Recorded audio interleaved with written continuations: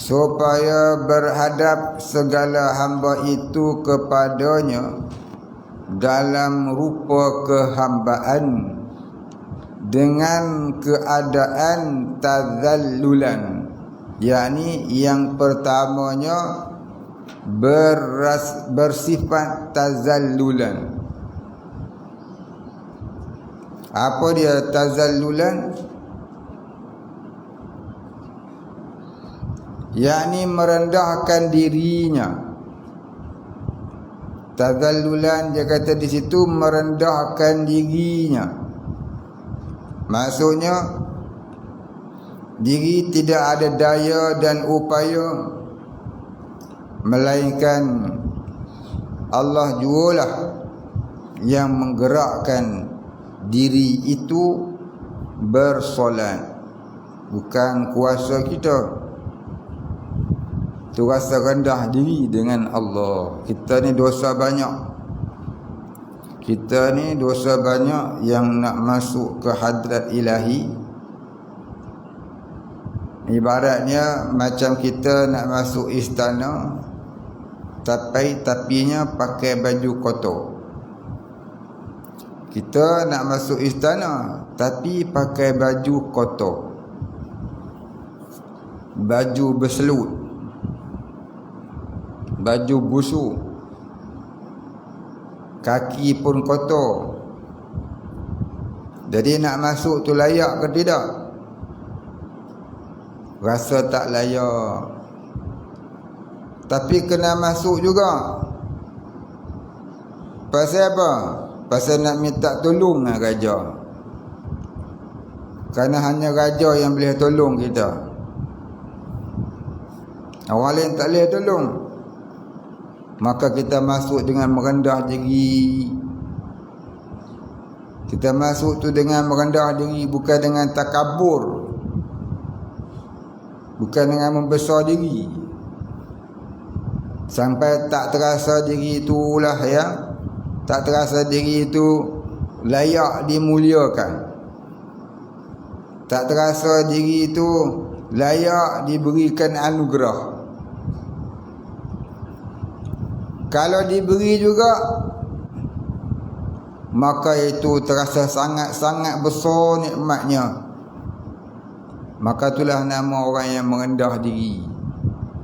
Tapi kalau orang yang besar diri, banyak ni je. Itulah orang merendah, orang besar diri. Tapi kalau orang yang rendah diri, Tuhan bagi banyak mana pun, dia rasa besar. Walaupun dia perlu sehari RM10 umpamanya untuk tanggung dirinya dan keluarganya, tapi dapat RM2 dia rasa besar.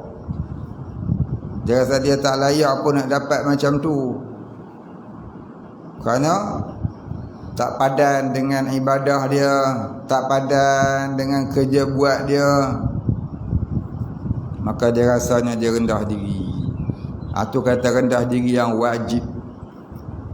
Rendah diri yang wajib ialah rendah diri kepada Allah. Rendah diri yang wajib ialah memandang diri itu la haula wala quwata illa billah. Itu kata tazallulan. Dan tasliman, yakni yang keduanya tasliman. Apa dia tasliman? Yakni menyerahkan dirinya bagi Tuhannya. Tasliman iaitu iyyaka na'budu wa iyyaka nasta'in. Hanya kepada Engkau ya Allah kami beribadah, dan hanya kepada Engkau ya Allah kami mohon pertolongan. Itu kata menyerahkan diri hanya kepada Engkau. Habis kita serah, habis. Tu iyyaka. Wajib baca dengan tasydid. Iyyaka. Jangan baca iyyaka na'budu wa iyyaka nasta'in. Jadi makna kami menyembah matahari. kena tasdid elok molek-molek. Iyyaka na'budu wa iyyaka nasta'in. Menyembah matahari lah. Baca tasdid tu molek. Iyyaka na'budu wa iyyaka nasta'in. Boleh baca dengan ismam. Iyyaka na'budu wa iyyaka nasta'in. Baik, bibir tu dimuncungkan sedikit sekadar boleh masuk oleh biji goli. Tu kata ismam. Jadi iyyaka na'budu, hanya kepada engkau kami beribadah. Kena kata kami walaupun seorang. Jangan diubah-ubah kata aku salah. Jangan kata hanya kepada engkau ya Allah aku beribadah. Pasal apa kata aku? Mayang seorang? Mayang seorang kah, sembahyang ramai kah, tetap kita buh maknanya kami. Kalau kami tu ramai, jadi besar diri pula. Tak. Kami di situ dengan makna kita ni bukan macam Allah. Allah Ta'ala dia wahdaniyah, keesaan, ketunggalan, satu. Satu Allah itu tak berhubung-hubung, tidak berjuzuk, tidak berjenis, tidak bertepi, tidak bersempadan, tidak berpihak, tak ada atas, bawah, kiri, kanan, depan, belakang. Tapi kita ni manusia, dia apa juga makhluk, ya, dia ada juzuk, dia ada jenis, dia ada pihak, dia ada pihak kanan, pihak kiri, pihak depan, pihak belakang, pihak atas, pihak bawah. Dia berbahagian-bahagian, berjuzuk, berdivision. Tapi Allah Ta'ala tidak. Maka kami di sini, kami dengan makna kita itu bersusun, bermurakab. Kita ni bersusun, bermurakab. Kita itu berjuzuk. Apa juzuk dia? Ni faham molek ni. Pasal orang kata kalau semayang seorang kena kata aku lah. Kena kata aku. Pasal apa? Kalau aku iyyaka a'budu wa iyyaka asta'in. Jadi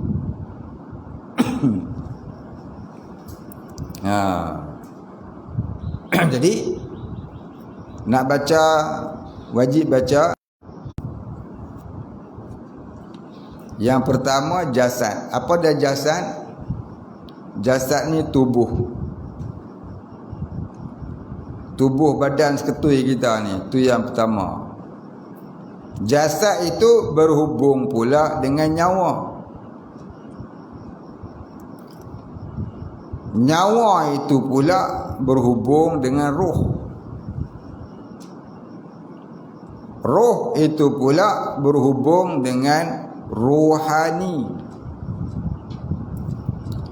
Rohani itu pula berhubung dengan nur hakikat zahir. Nur hakikat zahir itu pula berhubung dengan nur hakikat batin.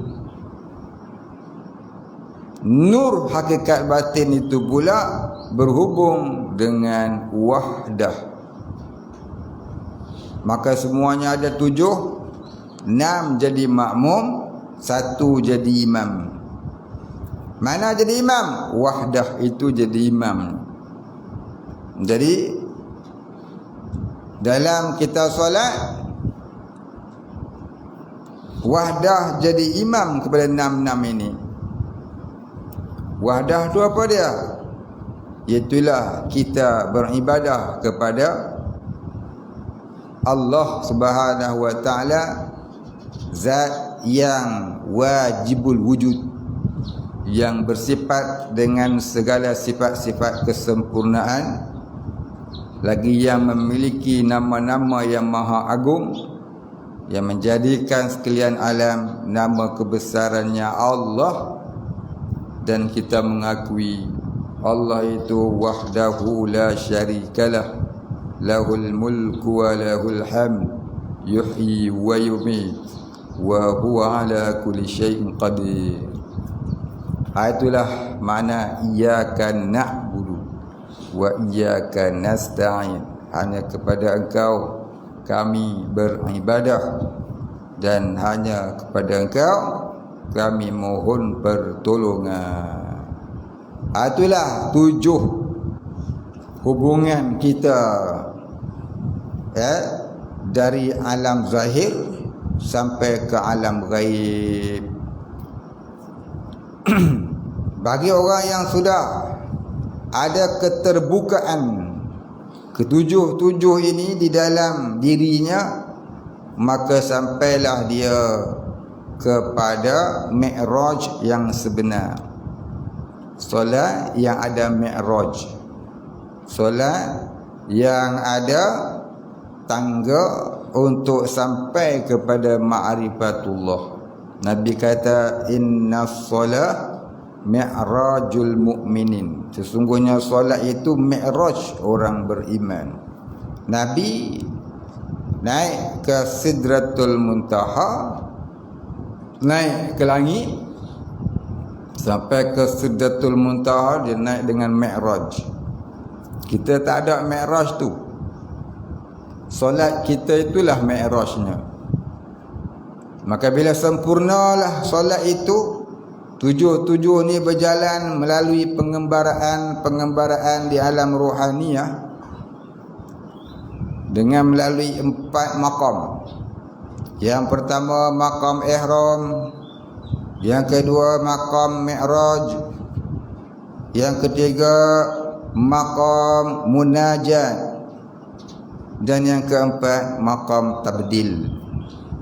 Maka sampailah dia kepada Tuhannya, lalu tenggelamlah ia di dalam laut nikmat, laut memandang ahadiyah Allah. Orang yang tenggelam dalam laut nikmat memandang ahadiyah Allah, maka jadilah dia orang yang sentiasa di dalam keadaan memandang Allah. Itu yang disebutkan dalam Quran ulul albab, yang ampunya mata hati. Jadi orang yang ampunya mata hati ini ialah orang yang arif billah, orang yang sudah ada kesemuanya itu. Tapi orang Wahabi dia kata ulul albab itu ialah orang yang banyak ilmu. Dia pakar ilmu matematik, dia pakar ilmu sains, dia pakar ilmu geografi, pakar ilmu fizik, pakar macam-macam ilmu. Dia pakar pula ilmu agama. Itu namanya ulul albab. Itu Ahmad Albab, bukan ulul albab. Itu faham orang Wahabi. Suka-suka dia ya tafsir Quran pakai kepala. Ya, bukankah selepas daripada Allah Taala sebut ulul albab dalam ayat surah Ali Imran tu, Allah ada sebut orang yang sentiasa ingat Allah dalam duduk, dalam berdiri, dalam berjaga, dan di dalam berbaring. Dan apabila ia melihat kepada alam, maka berkata ia subhanaka, maha suci engkau ya Allah, tidaklah kau jadikan semua ini dengan sia-sia, dan kami berlindung denganmu dari azab api neraka. Apa hubung kaitnya dengan pakar matematik, pakar geografi, pakar itu, pakar ini? Inilah dia tanda sesatnya Pak Wahabi, tafsir Quran pakai akal. Nah, ini ada satu orang Wahabi besar kat Malaysia ni. Dia karang buku dia ada kat rumah dia. Dia karang buku hadis, kemudian dia tafsir satu ayat Quran tu pakai akal dia. Begitulah kata dia. Dengar ceritanya dia dah kena tarik toliah pasal ajar Wahabi. Orang Selangor Baik, habis. Itu maksud kata tasliman. Jadi tasliman ni menyerahkan diri bagi Allah. Menyerahkan diri, iaitu maksud kata menyerahkan diri bagaimana? Ini menyerahkan segala-gala urusan kita kepada Allah. Iyyaka na'budu wa iyyaka nasta'in. Menyerahkan segala urusan kehidupan kita kepada Allah. Itu maksud kata tasliman. Nak surah lagu mana? Iaitu tidak memandang kuasa diri, tetapi memandang innallaha ala kulli syai'in qadir. Baik, habis. Di situ tempat letak iyyaka na'budu wa iyyaka nasta'in. Dan yang ketiganya tabadzulan, iaitulah rasa hina diri.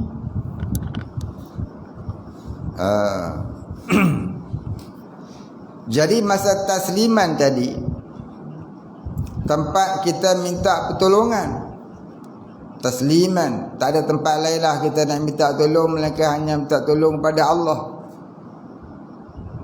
Nasta'in, minta tolong ni ada dua jenis.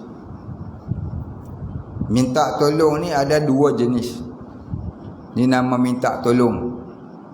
Yang pertama, minta tolong dengan makna isti'anah.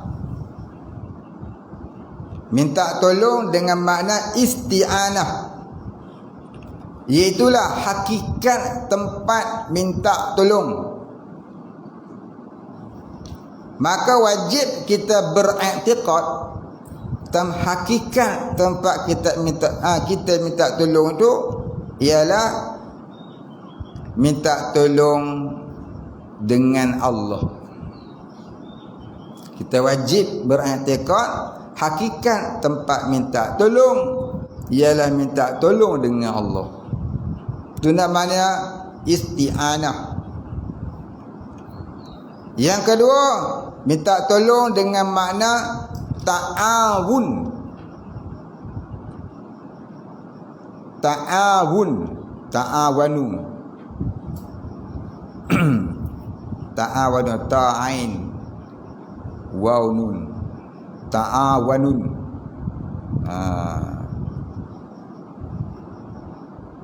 Ta'awanu ala birri wa taqwa. Ya, tolong menolong dalam kebaikan dan bertakwa. Apa dia ta'awun ni? Ta'awun ni maknanya tolong menolong sesama makhluk. Tolong menolong sesama makhluk di mana hakikatnya Allah lah yang menolong.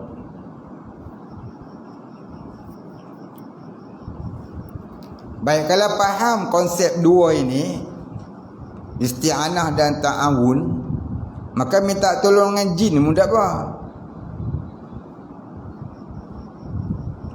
Tak faham konsep ini, haram minta tolong dengan jin. Dalam kitab Bahrul Mazi jilid ke-16 muka surat belakang sekali dia kata haram minta tolong dengan jin. Bersahabat dengan jin pun haram. Haram tu bagi orang yang akan terpedaya dengan tipu daya jin, barangkali menjadi hamba jin, barangkali menyembah jin, menyembah setan. Ya, orang dulu ni duk bela itu, bela macam-macam bela. Akhirnya anak cucu jadi bela. Orang tua-tua tu banyak bela. Bela hantu gaya lah, gendorowo lah, jenglot lah, macam-macam bela. Toyol pun ada. Macam-macam dibela. Konon-konon nak jaga kebun. Inilah dia orang tak ngaji tauhid. Allah Ta'ala tu maha besar, hari-hari duk dengar Allahu Akbar, Allahu Akbar. Tapi dia pekakkan telinga dia. Ya, dia tak mau dengar. Dengar tapi tak mau patuh. Akhirnya dia cari jalan sesat. Akhirnya yang susah siapa? Bukan dia seorang susah. Anak dia susah, cucu dia susah, cicit dia susah, keturunan dia susah. Natang hidup. Dia mati. Natang ni hidup panjang umur. Jin-jin ni panjang umur. Umur 700 tahun baru macam 17 tahun manusia. Sweet 17 umur 700 tahun. Kalau kita umur 700 tahun, duduk dalam kubur kena makan ulat. Dah habis tulang-tulang belakang kali dah tak ada lah. Jadi apa kerja jin-jin ni? Tuan dah mati. Anak cucu dia lah pula tanggung dia. Duduk dalam badan. Jin-jin ni akan duduk dalam tubuh seseorang, mengalir dalam urat darah. Itulah sakit, macam-macam sakit. Kadang-kadang gangguan daripada kejinan ni. Dia sakit tengkuk, sakit bahu, pinggut, tak mau lega-lega, rasa berat. Sekarang sakit pinggang, tu jin duduk atas bahu. Sakit pinggang, jin duduk dekat spinal cord. Kadang-kadang sakit sendi-sendi, dia duduk pecik urat. Inilah dia. Kadang-kadang orang dulu ni rajin beramal, tapi rajin beramal itu diresapi oleh kejinan. Pasal orang dulu ni dia beramal. Kadang-kadang orang-orang tarekat dia beramal mencari redha Allah, namun dia kalah bila dapat kelebihan. Contohnya dia dapat ilmu bomo. Dalam kitab tasawuf dia dah sebut permulaan ujian bagi orang menuju kepada Allah dalam menjalani tarekat sufi, ujiannya ialah menjadi bomo. Maka barang siapa terpedaya di alam bomoh ini, maka terhentilah perjalanannya kepada Allah. Maka duduk sonok dia dengan kelebihan-kelebihan bomoh. Dapat melihat alam jin, dapat menyelam sampai ke alam-alam yang ghaib. Padahal alam tu semua tipu daya jin. Kemudian pula orang duk bagi duit. Hembus sikit, pam, RM50. Hembus pam, RM50. Pam, RM500. Lega, RM5,000 orang bagi. Seronok. Daripada pakai Honda Cup sampai pakai Honda Accord. Daripada pakai Honda Accord, pakai kapal terbang pula. Kayu. Seronok tu akhirnya jadilah istidraj. Dia terhenti, dia seronok dengan kelebihan. Sepatutnya bila dia mula seronok dengan kelebihan, dia kena bertaubat. Sebab itu ciri-ciri istidraj. Dia kena taubat. Allahumma inni a'udzubika minal mustadrij. Ya Allah, aku minta berlindung denganmu dari menjadi orang yang istidraj. Peristidraj, orang yang dapat nikmat yang Tuhan tak redha.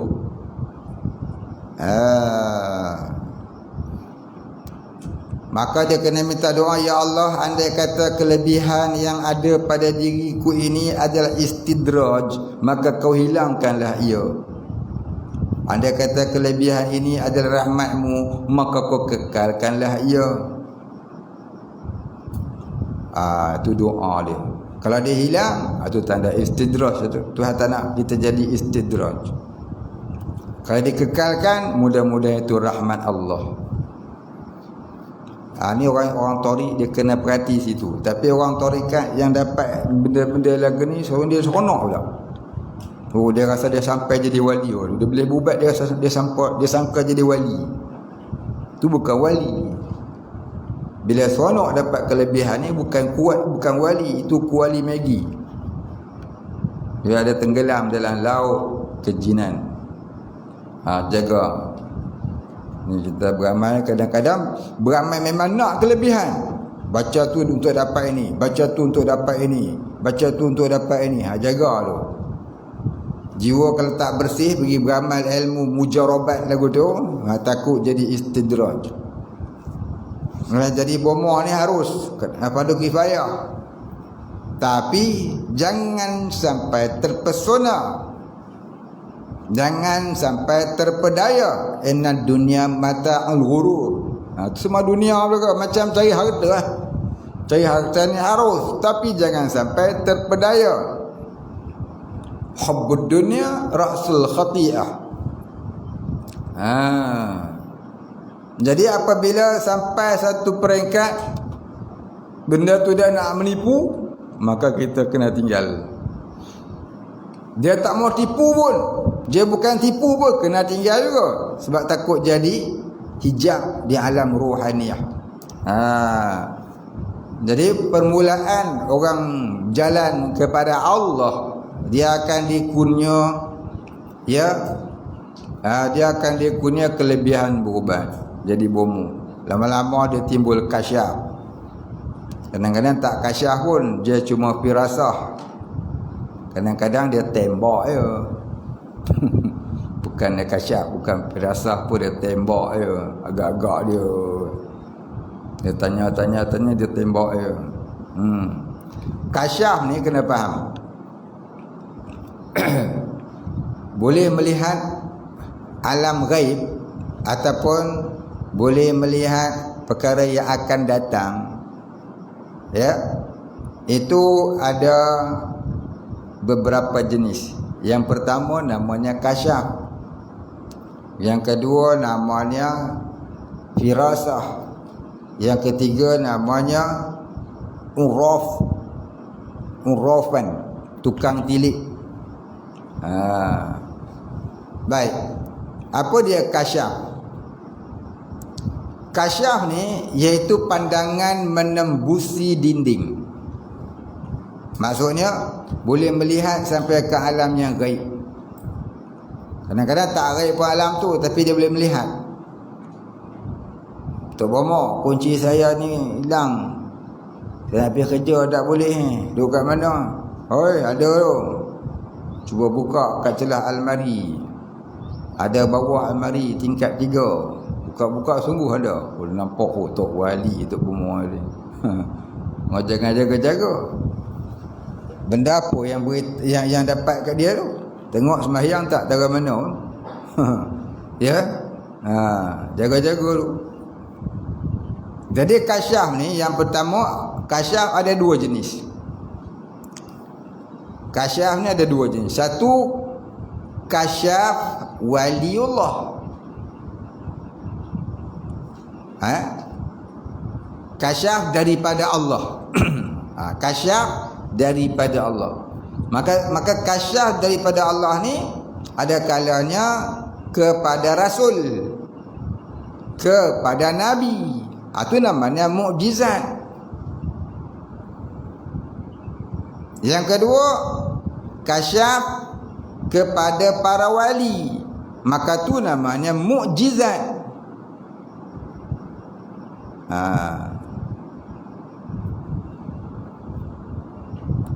Kemudian kasyaf kepada bakal Nabi. Maka kasyaf kepada bakal Nabi namanya irhaf.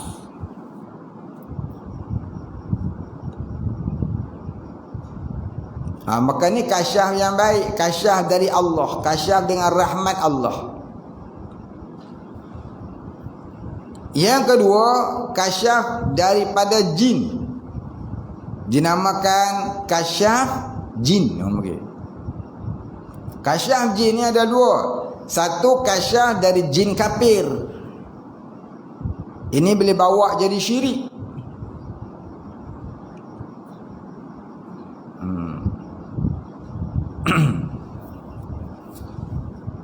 Satu lagi, kasyaf dari jin Islam.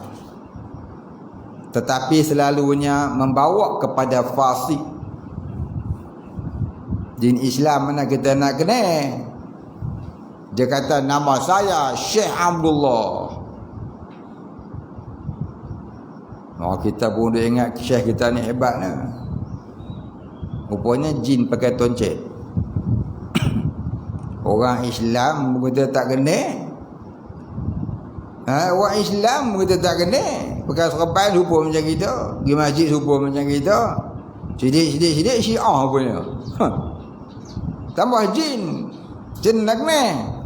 Maka kalau kita tak kenal jin tu jin apa, haram bersahabat dengan dia. Ini yang kata haram bersahabat dengan dia ni. Tapi kita boleh kenal jin apa, tak apa, minta tolong dengan dia boleh. Satu ketika Nabi Sulaiman tanya, siapa boleh bawa singgasana Ratu Balqis ke istana Beta?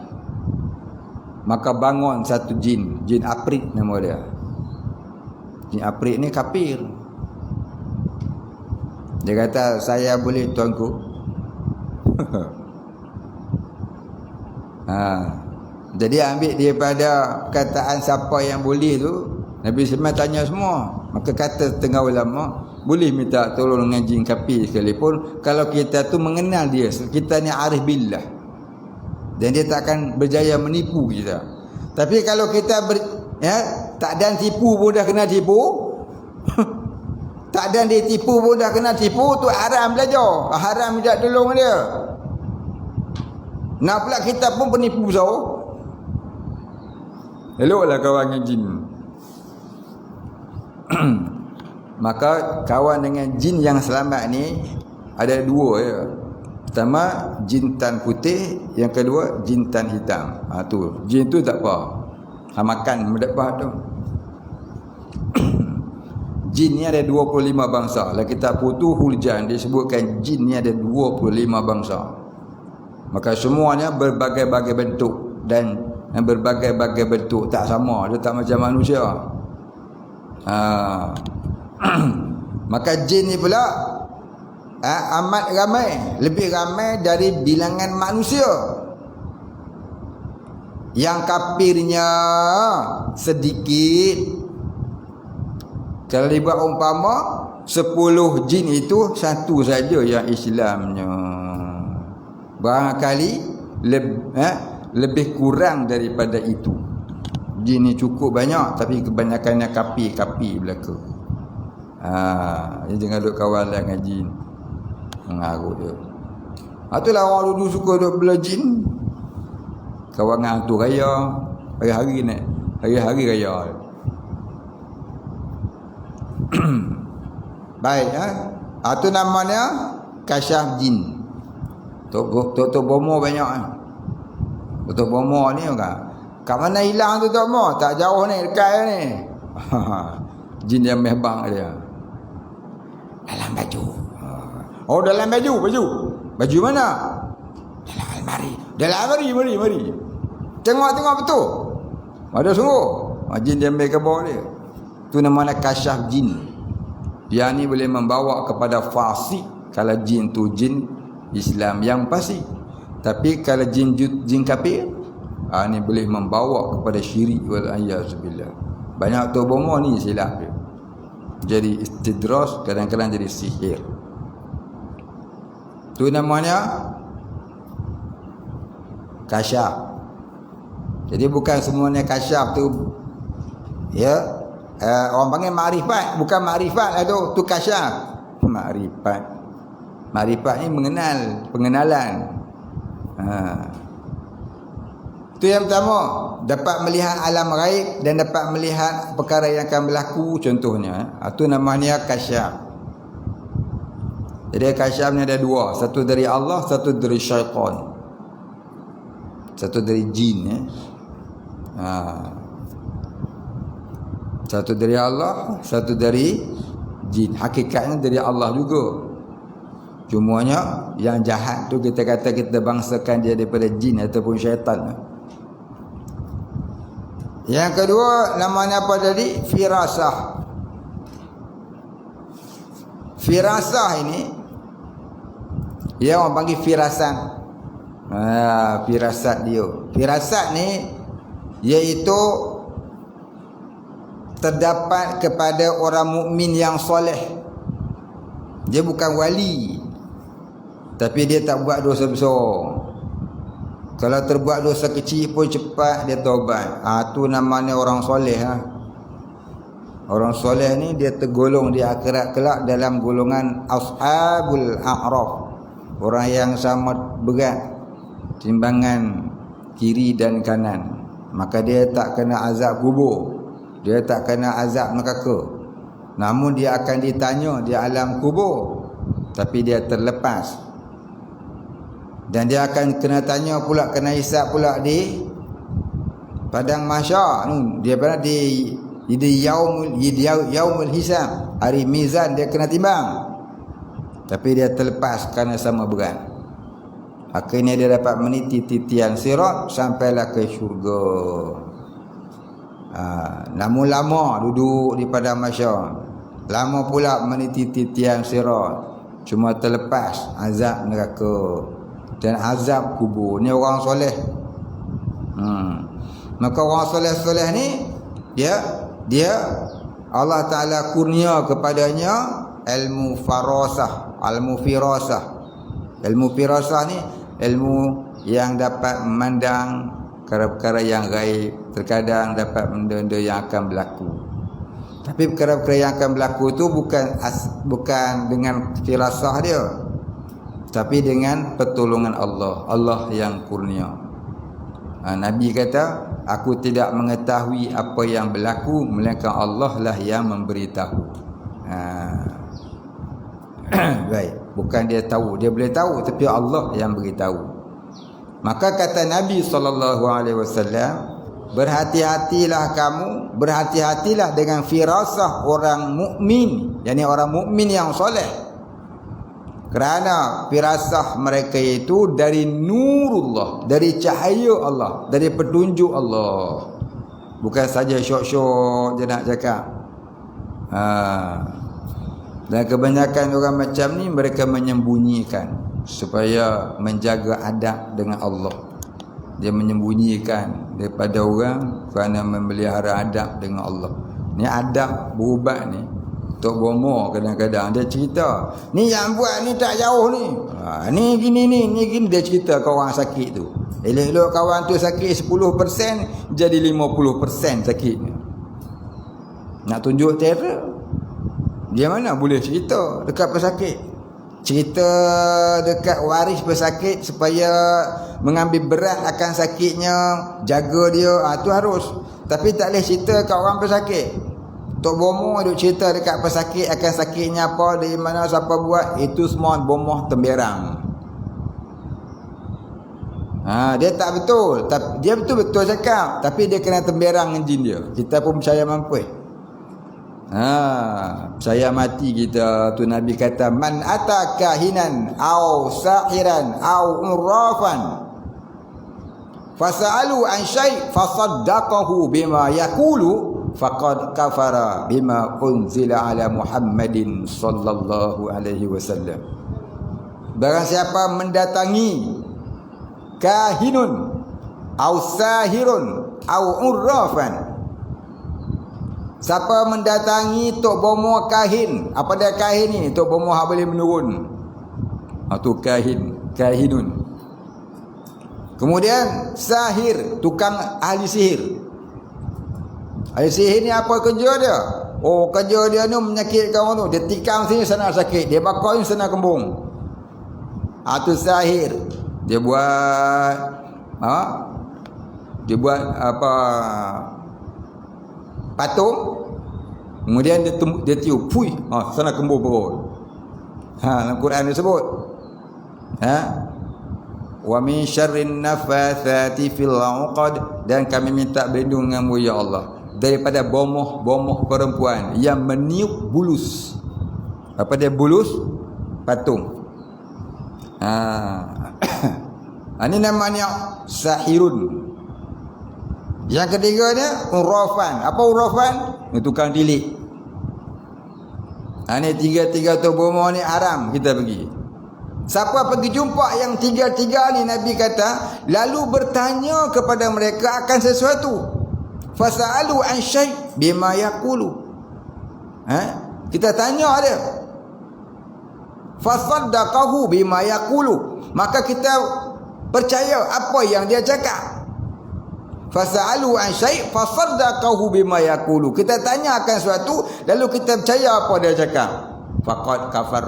Sesungguhnya ia kafir dengan apa yang diturunkan kepada Nabi Muhammad sallallahu alaihi wasallam. Hari ni orang Melayu, orang Islam pakai kopiah, pakai tudung, pergi jumpa tok bomo Hindu. Jaga molek jumpa tok bomo orang asli lah, apa benda tok bomo Siam. Nak berubat yo. Berubat ni percaya cakap dia pula. Pergi berubat saja tak percaya apa dia cakap, hukum ni haram, dosa besar.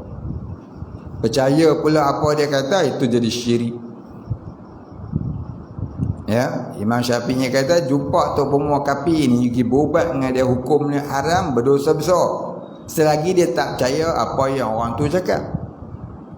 Kalau sampai percaya apa hak dia kata, itu jadi syirik. Itu bukan firasah nama dia. Itu namanya tukang tilik. Itu tukang tilik tu bomo. Urapan. Mula-mula dia tilik dulu, urapan. Lepas tu dia menuduh-nuduh orang. Lepas tu dia pun mulalah berubat cara pakai jin kafir dia, kahinun. Lepas tu dia nak balas balik orang tu, biar dia pun kena jadi sahirun, tiga-tiga ada kat dia. Orang Melayu ada tak? Belambak orang Melayu pun ada. Orang Melayu pun ada beramai ilmu-ilmu. Orang panggil dia tak kira ilmu hitam, ilmu apa, ilmu biru ke, ilmu kelabu asap.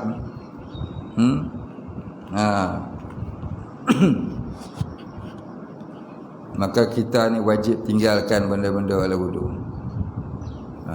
Wajib. Itu namanya apa tadi? Firasah.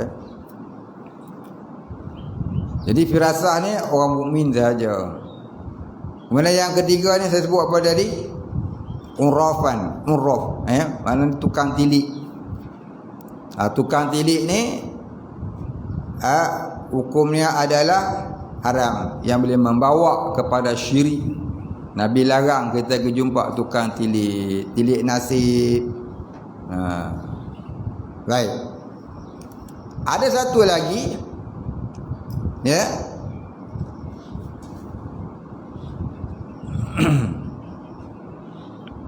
Orang yang meramal sesuatu melalui fenomena alam.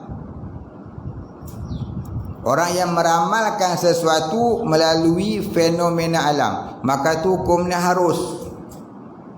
Ini tak salah. Contohnya apa dia? Ahli pengkaji cuaca. Diramalkan besok hujan lebat. Di mana? Di Kuala Linggi. Kecuali Kampung Sungai Raya. Kita tengok-tengok betul.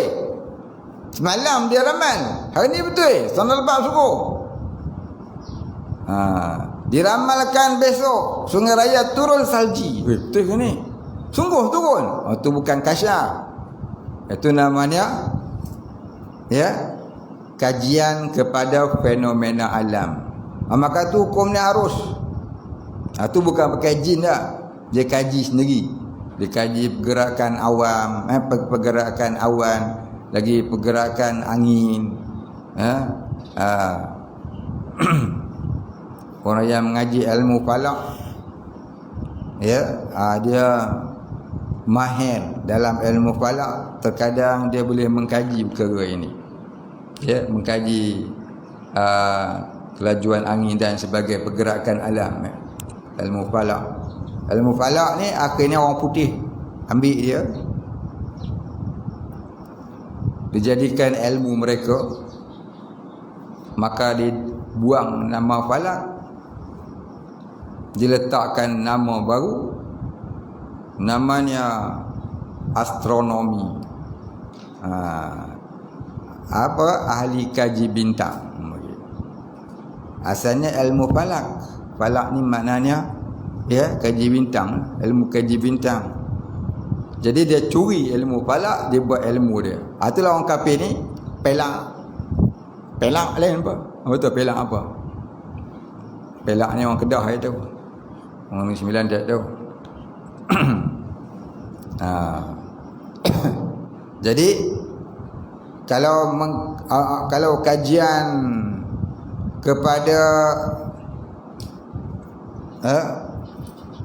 kepada alam yang atas, yang tinggi, itu orang putih panggil astronomi. Kalau mengkaji alam di bawah, iaitu bumi dan lautan, itu orang putih sebut meteorologi. Tapi orang Islam sebut falak. Dia sekali atas bawah tu falak dia.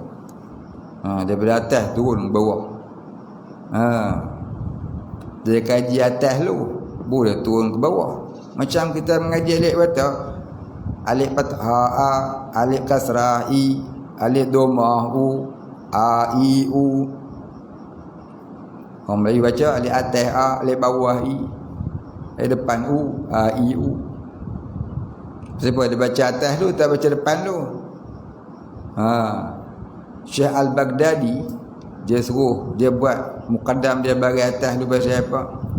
Dia suruh kita panjat hakikat terlebih dahulu, baru turun mengamalkan syariat, barulah sempurna ibadah jadi warak.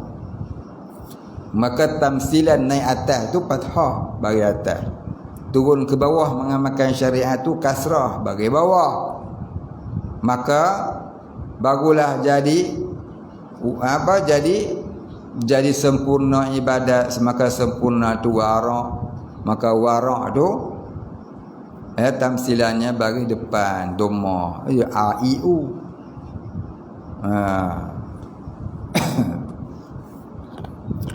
Baik, habis. Itulah 3 jenis benda yang orang kata apa tadi saya cakap, menilik ataupun pandangan yang menembusi dinding. Satunya kasyaf, satunya firasah, satunya uraf, satunya falak. Falak ni apa dia? Memandang kepada fenomena alam. Cuba tengok orang kaji falak, orang yang kira waktu sembahyang ni, dia boleh kaji 50 tahun akan datang zuhur kubur, tarikh sekian. Itu bukan dia kasyaf. Dia kaji menurut kaedah falak, kalau kaedah fenomena alam.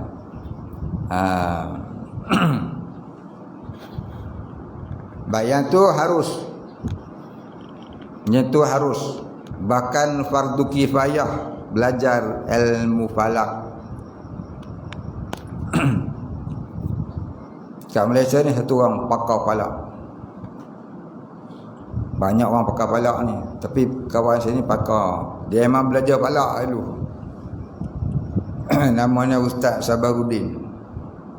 Pondok Sungai Siput, Lancang, Temeloh, Pahang. Pondok tu tengah-tengah Malaysia, atas bukit. Saya pernah pergi sekali dulu. Pergi ziarah dia. Pergi rumah dia, dia mau makan nasi. Dia mengaji pondok Setumbuh. Dia duduk pondok ke duduk mengaji falak. Rajin dia mengaji falak sampai jadi pakar falak. Universiti banyak pergi ambil ilmu dengan dia. Panggil dia buat simposium lah sebagainya.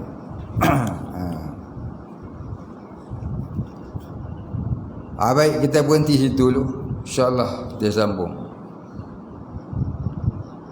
Cukuplah 2 dulu. Tazalulan dan tasliman. 2 ni pun nak dapat sampai mati tak dapat. Baca kitab je lah. Dapat tak dapat juga. Melainkan rahmat Allah. والله أعلم. الفاتحة. أعوذ بالله من الشيطان الرجيم. بسم الله الرحمن الرحيم.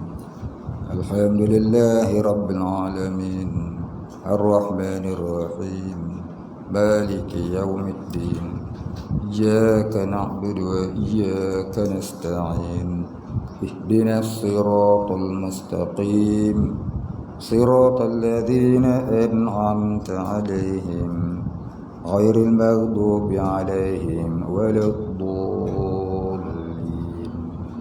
بسم الله الرحمن الرحيم. الحمد لله رب العالمين والصلاة والسلام على أشرف الأنبياء والمرسلين وعلى آله وصحبه أجمعين. اللهم اغفر لنا ذنوبنا وارحمنا وأنت الغفور الرحيم. اللهم اغفر لنا ذنوبنا ولوالدينا وارحمهم كما ربيانا صغارا ولمشايخنا وللمسلمين أجمعين برحمتك يا أرحم الراحمين. اللهم نور قلوبنا بنور معرفتك يا فتاح يا رزاق. افتح لنا فتحا قريبا كما فتحته على أنبيائك وأوليائك وعبادك الصالحين. صلى الله على سيدنا محمد وعلى آله وصحبه أجمعين. سبحان ربك رب العزة عما يصفون سلام على المرسلين والحمد لله رب العالمين.